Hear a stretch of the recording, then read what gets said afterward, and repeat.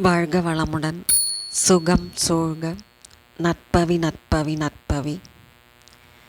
இறைவனோடு இணைந்திருப்போம்.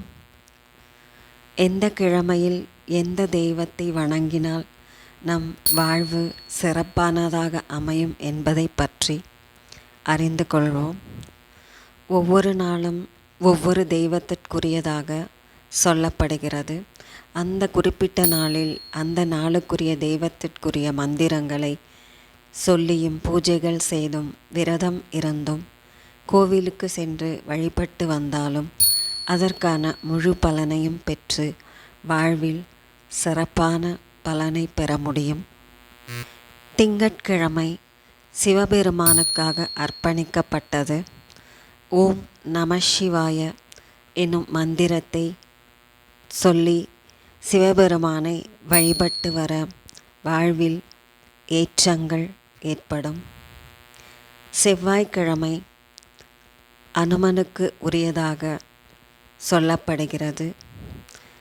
ஹனுமானின் காயத்ரி மந்திரத்தை சொல்லி வழிபடுவது வாழ்வில் வெற்றிகளை தந்தருளும். அனுமான் சாலிசா, சுந்தரகாண்டம் ஆகியவற்றை படிப்பது சிறந்த பலன்களை தந்தருளும். புதன்கிழமை கிருஷ்ணருக்கு பூஜைகள் செய்வதற்கு சிறந்த நாளாக சொல்லப்படுகிறது. கிருஷ்ணரின் மந்திரங்களை சொல்லி வழிபடுவது சகல நன்மைகளையும் தந்தருளும். வியாழக்கிழமை சாய்பாபாவின் நாளாகவும் ஸ்ரீ முருகப்பெருமானை வணங்குவதற்குரிய நாளாகவும் சில இடங்களில் அனுமாரையும் வணங்குவதற்குரிய நாளாகவும் கருதப்படுகிறது. வெள்ளிக்கிழமை செல்வ வளம் சௌபாக்கியம் ஆகியவற்றை தந்தருளும் ஸ்ரீ மகாலட்சுமி தாயாருக்கு பூஜை செய்வதற்குரிய நாளாக கருதப்படுகிறது. வெள்ளிக்கிழமைகளில் அம்பிகை அல்லது சக்தி வழிபாடும் மிகவும் விசேஷமாக செய்யப்படுகிறது. சனிக்கிழமை சனி பகவானுக்கு அர்ப்பணிக்கப்பட்ட நாளாகும்.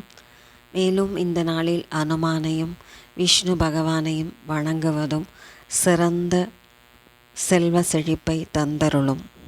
ஞாயிற்றுக்கிழமை சூரிய பகவானுக்கு அர்ப்பணிக்கப்பட்ட நாளாகும்.